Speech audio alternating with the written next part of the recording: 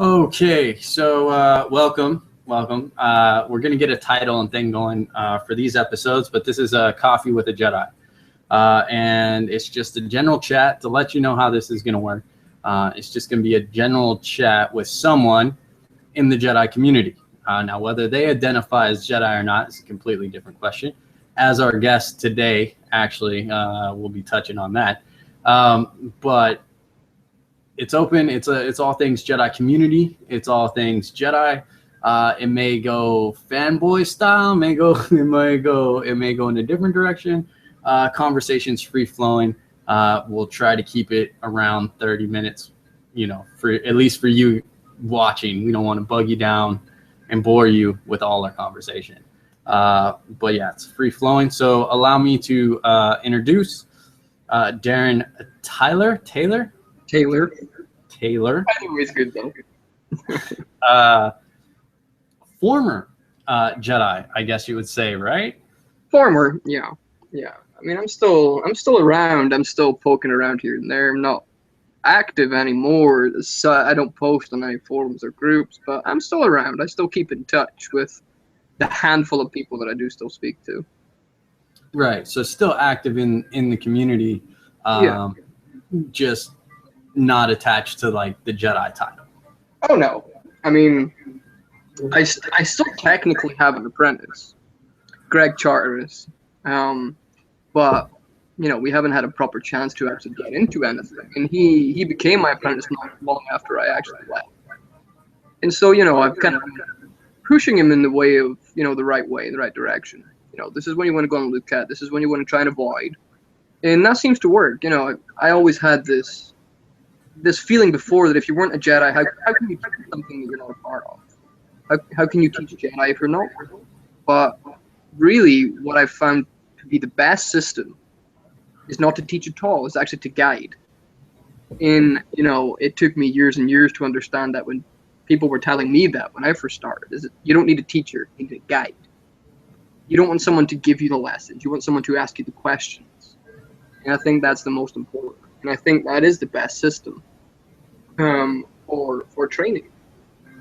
It's easy to tell people the answers, but it's more work and more achievement on their part if they go and get that themselves. So I think the good teacher asks the questions.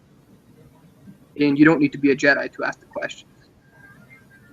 No, but certainly it does help when the student has questions. It does.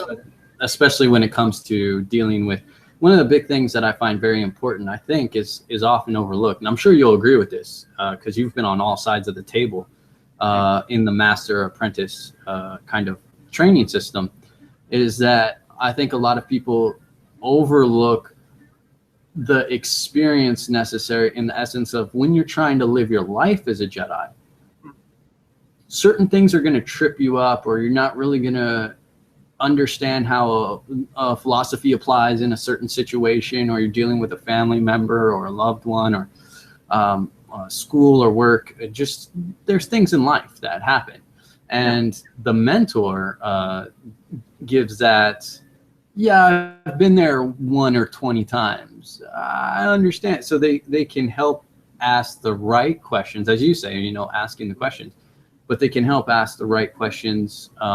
Because they've been there so many times, because they have that experience, Yeah, and I agree. And I think touching on a point there, with actually taking Jedi into your life, this is something I don't see that often. People who do it actually find being more successful. People will go to training facilities, site, or sometimes even a mentor, and they'll get a lesson. And it'll be this written paper or something, or, let's talk about this. But they discuss the topic, they don't discuss, well, what happened? Let's say this topic's on meditation. And they'll look at meditation in and of itself. Very few people say, well, okay, let's say you've had a really bad day. You're fuming with anger because, I don't know, someone slept with your wife. How are you going to apply that lesson into that situation? How are you going to react? That's what I find one of the big problems is the application of what you're learning. taking a lesson and learning in and of itself is pointless, because the point of Jedi realism is real life application. If you don't take a lesson in life, what's the point of learning it? And I think it's a lot of things it is overlooked a while. And the people who do take it, who do run with it in their life, tend to be the ones who aren't dealing with the crap in the community now, because they're living it. Right. So you left the community. I did. Why'd you leave, man? Why'd you leave the warm bosom that is the Jedi community, man? We got awesome sauce over here. I mean, I joined the community, I think it was 2014. No, 2004. I would have been maybe 12, 13 years old. That's quite a long time ago. And I was a kid, I was a child, I was still at school. And I didn't know what I was doing. And I came in and I just wanted to be a Jedi. I just thought, that's cool. And I ran with it for so many years, almost a decade. It's only recently, kind of start of this year, actually. In all that time, I never asked myself why. Why did I want to be a Jedi, apart from it just being because that faded. And it came to a point where I realized that what I wanted out of being a Jedi was the community. That's what I got out of it. That's what got me off being a Jedi. The community. I was bullied all my school years. I never really fit in anywhere. In loving Jedi and having a community of people I could relate to was something I enjoy, something I love. But it got to a point where I realized that I can't build a way of life forever. There's a lot of Jedi teachings that I still do adhere to. I still live in my life. But calling myself a Jedi would be a lie to myself. Because I don't follow. I don't, I wanted it for the community. And the work that I was doing was for the community, not myself. And Jedi, yeah, they do serve. But part of that, your heart needs service. And I was getting frustrated with the community not being the community I wanted to be, because there are a lot of problems. And I felt that more of my time was spent fighting a war I was never going to win. So I chose the smart option to do something I could live by without needing it. Something it could stand on its own regardless of whether who was involved. And the great thing is I love that path I'm on now, and I still get that community. I still have my community friends who are Jedi. I get the best of both worlds. Yeah, it's definitely a positive thing. I think many of us. I don't think there's enough who actually admit that, though. That the community atmosphere is something sought, and not just the community atmosphere, but also to get recognized within that community, to for the community to tell you, yeah, like, good job, good lesson, or yeah, we think you're a Jedi Knight, not just like a Jedi, but like to actually like recognize skills and thoughts and things like that. And that feels good, that positive reinforcement is definitely a good thing. And I think a lot of people, when they first come into the community, especially when they're younger, really enjoy that aspect of it, which certainly is not a bad thing, but it does need to be a recognized thing, I think. Otherwise, people kind of get caught up in it, and they fail to recognize that desire. Yeah. And they feed off of it subconsciously, and then they do put themselves. They create Jedi groups to be, to be the master, because they want that, and they're jumping steps. They want to continue that recognition and continue to feel like they're a valuable contributor of the community. And I think sometimes they mistake rank for, contribution. They assume like, oh yeah, the more you contribute, or if you're a master, you've contributed or something of that nature, when really you can contribute a lot. regardless of rank. You know, we all have a voice and things like that. Yeah, we do. Yeah, and it's one of the things. What was one of the things that do you have like a favorite moment or kind of thing that you like, memory of the Jedi community, like when you were a Jedi, like something that you were just like, dude, that was a good day to be a Jedi? Oh, my favorite moment. Oh, there was a lot of memorable moments. A lot of them. Trying to pick one. I remember. This was actually near the end, where I kind of realized how much work I'd actually done unintentionally.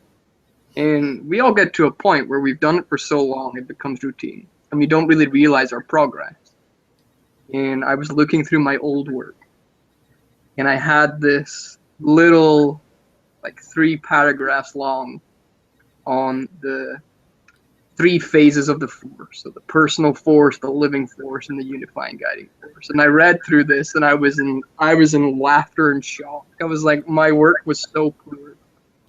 And then I looked at my most recent work on it, to this 20,000 word document going into so much depth on the Force and all this different stuff. And I was like, you know what, I've came a long way. And the annoying thing was, and to surprise myself, was that I still wasn't happy with my work. I was like, it still needs to be better. That was the moment where I realized that I went from a boy to really someone who was seeking knowledge. You know, that first article was rushed. I was a kid wanting to get it done so I could move on to the next.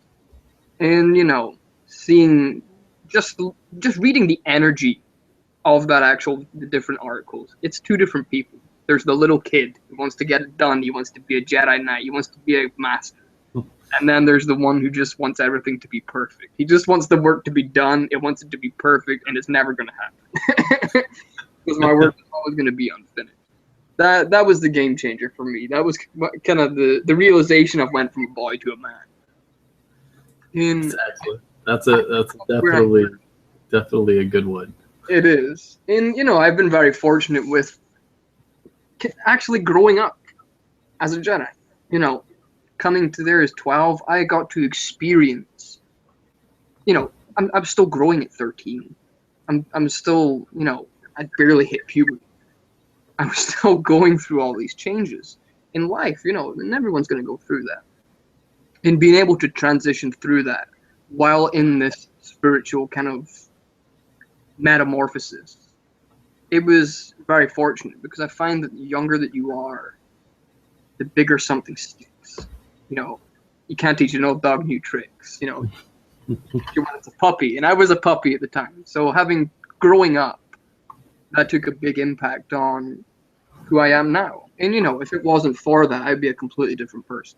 I wouldn't be deeply spiritual. I probably wouldn't be on the path I'm on now, because it was through Jedi that I understood the basics of energy work, that I understood the basics of meditation and the importance of self-defense and, you know, of generally being a nice person.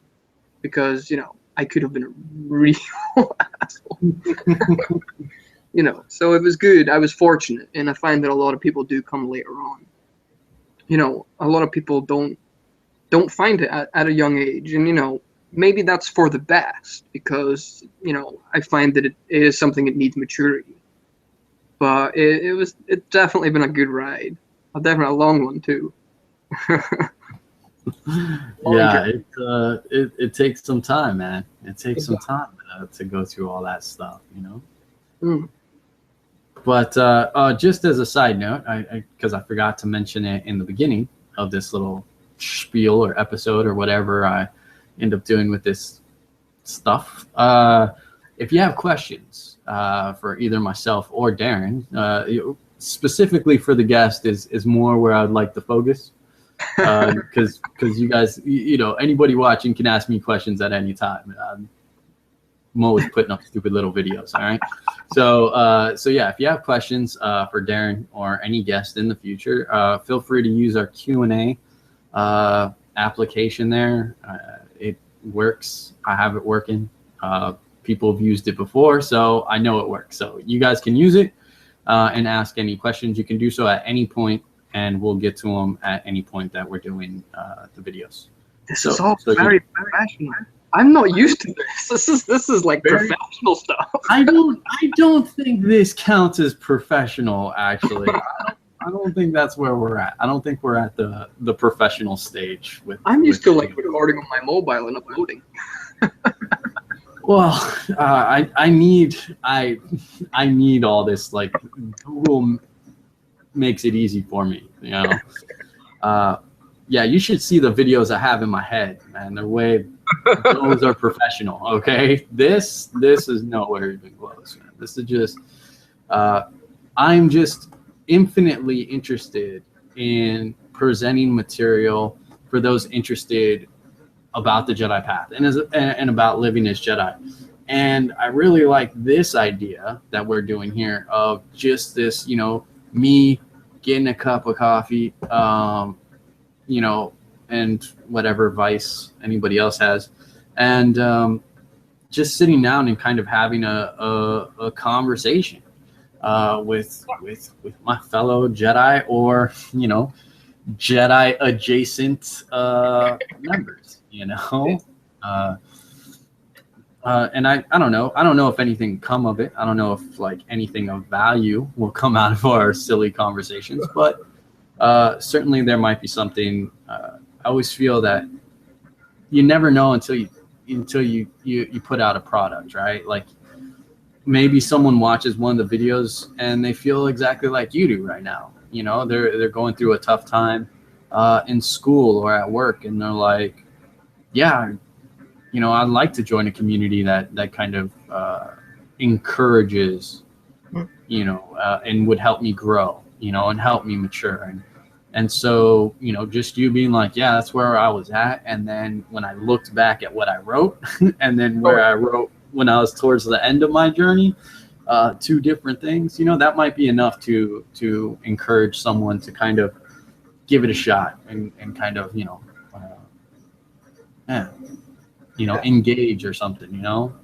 But yeah, so just wanted to throw that out there. So yeah, not professional, man, not professional.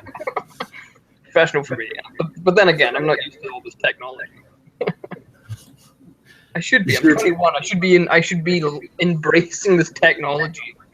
I mean, I'm 21, but I feel, you know, I get a new phone, and I'm like, how did you work this? You're preaching to the Jedi choir, my friend. All of this, like social media, dude, I still don't even understand any of it, but I have to use it, right? Like it's just part of the society, right? So it is. And so yeah, so here I just fake it. I just make like this. I make it up as I go. It's all gonna be okay. Just smile and wave. Yeah, I just make this stuff up as I go. I have no idea what I'm doing. It's the best way to do it. Best way to do it. I think I'm trying to think of something to give to the community, you know, because we are, well, I'll say we, I mean, I'm not really that part of it, but you know what I mean, you know. I think that it is a giving community. We have that desire to give, you know. I mean, the whole philosophy is basically serving. And, you know, I think that probably the best piece of advice I can give to anyone who is starting is have fun with it. Play around with it. You know, life is too serious sometimes. And I think sometimes you do need to take a break and just have a good time. While this path does have a lot of seriousness to it. And there are a lot of important issues that you go into. You know, you go into things like self-defense and ethics. A lot of places I see mental law. And those are like really serious topics. You know, you want to encourage first aid. That's a serious topic. You could be responsible for saving someone's life. You could be responsible for the difference between you dying in a mugging and surviving. Could be the difference in surviving in the wilderness where you've made a mistake and dying there. It could be the difference between understanding your rights and your laws and breaking them. Those are hard subjects to push onto someone, especially when you're coming to the community at a younger age. But I think that a lot of the time, issues are serious. You know, certain topics, certain things we teach do get very intimate with, you know, seriousness, and okay, this is a serious situation you're going to deal with. You might have to deal with. You need to know how to do this properly. And it only takes one mistake in CPR and that person's punctured a lung, and that can be a lot of pressure. But I think a lot of people, the best medicine is just to have some fun, because as much as the world is a nasty place, it can be a fun place too. And I found that I took the Jedi path very seriously. Not all the time, but when I did, it became pressure. Trying to be responsible, trying to be independent. And, this is what we preach. But sometimes you just need to sit back, have a beer or a soda, have a smoke, or I don't know, whatever you get off on, and just say, you know what, yeah, I'm a Jedi, but I'm going to have some fun today. I'm going to be me. I'm just going to let loose, be crazy for a day, and then get back. And I think the path needs to be treated sort of like a job. You get 5 days on, you get 2 off. Depending on how you work, unless you're a chef and you work every day. It's as much as it is a spiritual path. It's a job, it's a craft, it's a responsibility. But you don't have to be in that 24 hours, 7 days a week. You're not on call as a Jedi. You can afford to have a nice, relaxing night without doing meditation. Well, I think it's what people miss in a lot of it, that as you say, they take it too serious. I mean, like, dude, I'm wearing my comfy robe that I sleep in, because it's my morning attire. I'm not dressed up to go nowhere. Put on the robe, sit down, have a cup of coffee. You're good, all right? But yeah, you should have fun with it. It's you charity events. We dress up. We go do that. Halloween, Comic-Con, like whatever, like have fun with it. Go join a saber dueling club or something, like, yeah, you can have fun with it. You can joke about it. I think people miss that. I think a lot of people, when they first start, they take it so seriously that they forget that they can joke about this, that this is, on the surface, it's a silly thing to calling yourself a Jedi, right? And that's okay. And I think people forget that, and they do take it seriously. But yeah, have fun with it. I mean, you're a Jedi 24/7, but what does that mean, right? Like, there's physical well-being, there's spiritual well-being, there's emotional well-being, but then there's also social well-being, right? And that means taking time for you. It means getting out there and enjoying some time with your family and your friends, and not like hiding in a closet meditating for 16 hours a day. It means nurturing your soul, earthly wise, get back down. The spiritual and the intellectual nurturing, all that's great, but don't forget to have like a slice of pizza every now and then, like, yeah, like have fun, enjoy life. As you say, it's tough enough. It can be tough enough. Life can be tough enough. We all have our own paths or hurdles or problems that we have to contend with, sometimes on a daily basis. But certainly, we should have fun with that, and remember, like, reward ourselves. And when we do get the moments of beauty, when you can watch the sunrise, or when you can, just appreciate a flower garden or anything, right? An hour alone with no one around to play a video game and crank up the volume and just be immersed, cool, right? Like whatever that thing is to recharge your batteries. Yeah, know. Yeah. Do it. I'm there with you, man. I'm there with you, Darren. I agree. Yeah. I think a lot of people learn it the hard way. They're serious for so long, and they're like, I just want a break. You know, I realized that when my daughter was born, when I could be a kid again. I had an excuse. One of those things, you know. Life is serious, but you got to take a break. You know, that's what vacation. The holidays are fun. You know, life's full of serious stuff. You know, it's a serious game, but it doesn't always happen. And when you embrace that little hour you have to go and play video game, or go out for a run because you want to, or you sit and have a smoke or a beer, whatever, you know, it refreshes you. It's healthy to do that. It's not healthy to be serious all the time. Sometimes you just gotta let loose and be silly. You know, Yeah. Take a break from the routine. And, you know, seriousness brings stress. I found that, especially with prolonged time. And a quote that I love, can't remember who said it, so I'm not going to credit them, is, you know, if you always do what you've always done, you'll always get what you always have. If you're always serious and you're always stressed, that's what you're always going to get. If you take a little break, just chill, be happy, that's what you're going to get. And, you know, it's a simple concept, a simple principle. And when you do start embracing that little moments, your life gets so much better and more enjoyable. You know, it's motivating too. True. Long days of work, and then that day off is the motivation for you. You know, make that slice of motivation, or, you know, that beer.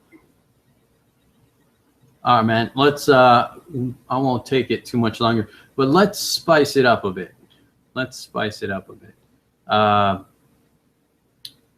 What is one thing that irks you about the Jedi community? That annoys me? Yeah, man. What's one thing in the Jedi community that you're just I'll get my list out.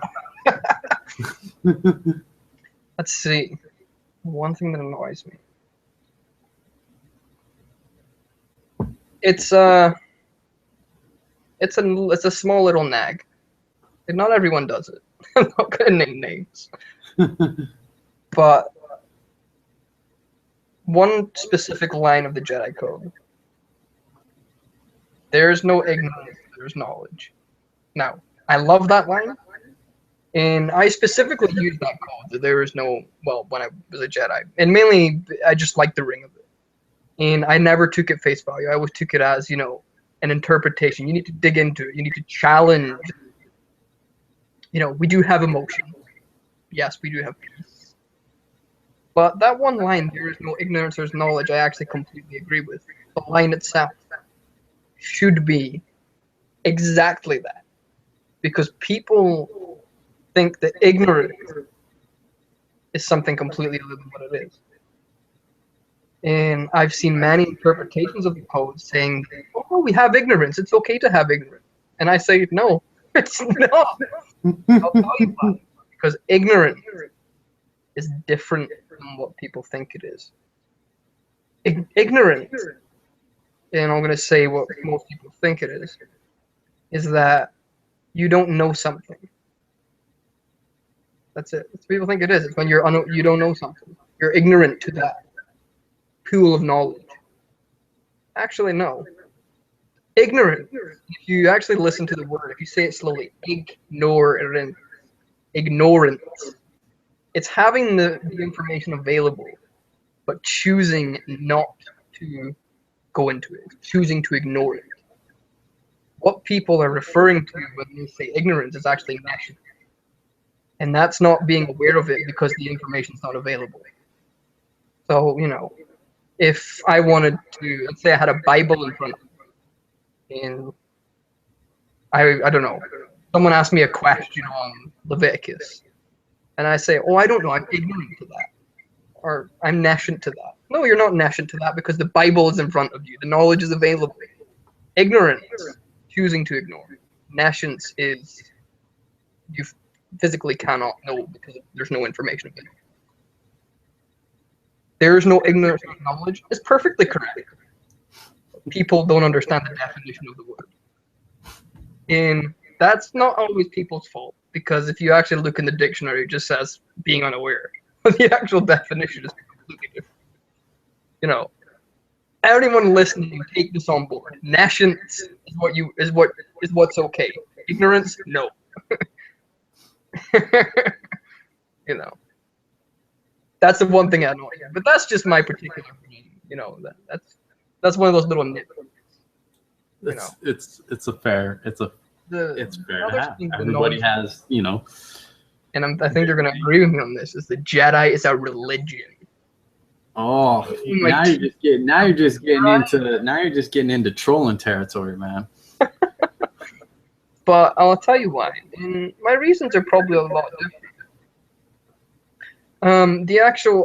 When I did my book that I wrote, I never published it. And I hate the title, True Path of the Jedi. And the reason it was called that was because the first chapter was actually called Truth. It was going into basic truth. So, you know, natural law. Gravity. Doesn't matter if you believe in it or not, you jump off a cliff, gravity's going to pull you down. You know, belief isn't required for truth. That was and it was taking basic truths and aligning Jedi philosophy with it. But the name I knew was going to But what was I saying? I lost my train of thought. You were getting into why. Oh yeah, religion. Right. In this book, I looked a lot into Greek and Latin. You know, I broke down a lot of words to understand them, like the word occult, meaning just hidden. People think occult and they think Satanism. Oh no. Occult just means hidden. Occulted, which comes from the Latin word occultare. I'm gonna actually hold you up, man. That's a different story. People are not going to be able to hear your in-depth explanation. Oh no! On religion. Sorry, man. Because, well, first of all, for two reasons. Probably because we don't have the time to get into that. Two, someone asked a question. To you, right? Oh, awesome. So I want to get to that. And again, you know, we won't be here forever. So. So Jedi Bird, well, that's his last name. It sounds weird. I just said it and I was like, Jedi Bird. That actually sounds like an animal or like a starship or something. I was like, not okay. So L. Christopher Bird from the California Jedi asks. He quotes Socrates saying, "I only know that I know nothing." The question to you is the most dangerous thing too ignorant of? Well, basically, is the most dangerous thing ignorance of our own ignorance? That's a good one. And now you're getting in. This is getting very zen. I should take out the tea. I would say maybe. I think, yeah. A lot of people think they know everything. I mean, hell, I was one of them. And, you know, being unaware that you are ignoring important information is something we all do. You know, we are all guilty of it. I'm guilty of that. You know, every person on this earth is guilty of it. But it depends on the extent of it. You have people who are so hardened, like stone, that they can no longer be molded. You know, they're stuck in their ways, and if they're wrong, they don't care if they're wrong. They don't care if they're incorrect. Then there's people who are like clay, who you can kind of shape, that you can go, they challenge things. Okay, actually, maybe I am wrong. I think the important thing is to always be willing to challenge what you think you know. But, you know, I find a lot of quotes that you romanticize. The only true wisdom is knowing that you know nothing. Well, we know lots of things. But I think wisdom is being able to challenge that. That's the smart thing to do. Challenge everything. You think you're 100% right. Challenge it. Because that's what scientists do. You look at the theory and they say, this is it. No, they challenge it. They explore it. They continue to explore it. The world was once flat, you know, until that was challenged. And it's okay to be national. But if the information's I figured out the question. There was I had to read it. Okay, so here's his actual question.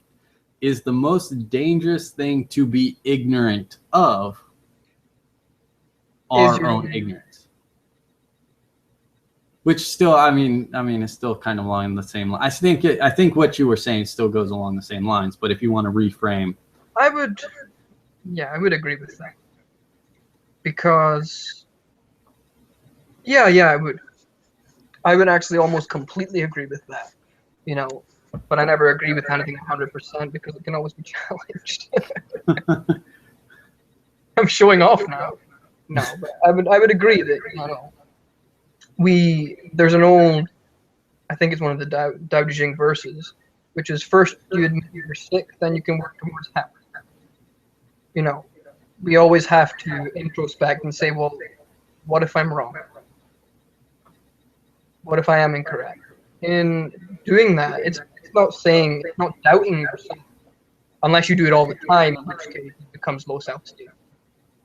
But being flexible enough with yourself, trusting in yourself enough and what you know to challenge you. If you're right, you won't have a problem with challenging. And if you're wrong, then at least you'll learn from it. People like to hold on to an idea because they don't want to admit it. And that is a tough form of ignorance. I would agree with that quote. The most dangerous form of ignorance is, I think it also goes along with what you're saying in the forms of how you were defining ignorance. Ignoring what is open to you, and it is a dangerous thing to kind of ignore that we are ignoring information, right? Like as a Jedi, or even in general, but as a Jedi, definitely, it's important that we stop and see if the information is available to us, right? When we are confronted with something, that we can stop and be like, well, what information is available to me to kind of work through the answer or kind of learn something new, or when we are presented with something that we are unaware of or do not know, one of the important things is to not just dismiss it outright and be like, well, I don't know, the end, right? But being like, well, I don't know, let's find out, right? Not just settling in your ignorance, right? Not just settling in the fact that you don't know, but actually actively engaging in the process of learning and actively engaging in the process of learning how to learn, right? I think a lot of people forget, when I was, first started in the Jedi community, spell check really didn't work. That was not really an option, so I had a dictionary and next to my computer because I was horrible. I was a horrible at it. And when you're in a philosophical discussions with people who are older than you and much more learned than you are, they use words that you don't know what the heck they're talking about. And yeah, I had to constantly look up words and understand what was being said. And it was an acknowledgement that I was, that I didn't have that information, but that I could have that information. And I had to learn how to make that information available to me so that I could continue to grow. I guarantee it wasn't as bad as mine with the spell check. I mean, I was a 13-year-old boy in my... In fact, there's the old Jedi Way archives, and some of my posters in there, they are horrible. They are so badly written. I look back and I'm like, whoa. At least yours aren't published in book form, man. That's true. Oh. I'm always very careful with that now. I always double check things and triple check things. Still always. Just real quick, wanted to thank Christopher for his question. So thank you, bud. If anybody else has any questions, feel free to throw them out there. But we probably will be wrapping this up here in a quick minute. With that thought, with wrapping it up, is there anything that you would like to kind of give out to any curious or would-be Jedi or new Jedi? Anything that you would like to, I mean, just give them the thumbs up, or be like, run as fast as you can? Well, I'd be being biased. Best advice that I can give: go in with an open mindset. But also, don't be so open that you take in all the. And I'm going to say the bad word here. Don't take in the cat, because there are places that just have cancers at the root, and no one's going to cut those out. They don't want to cut those out.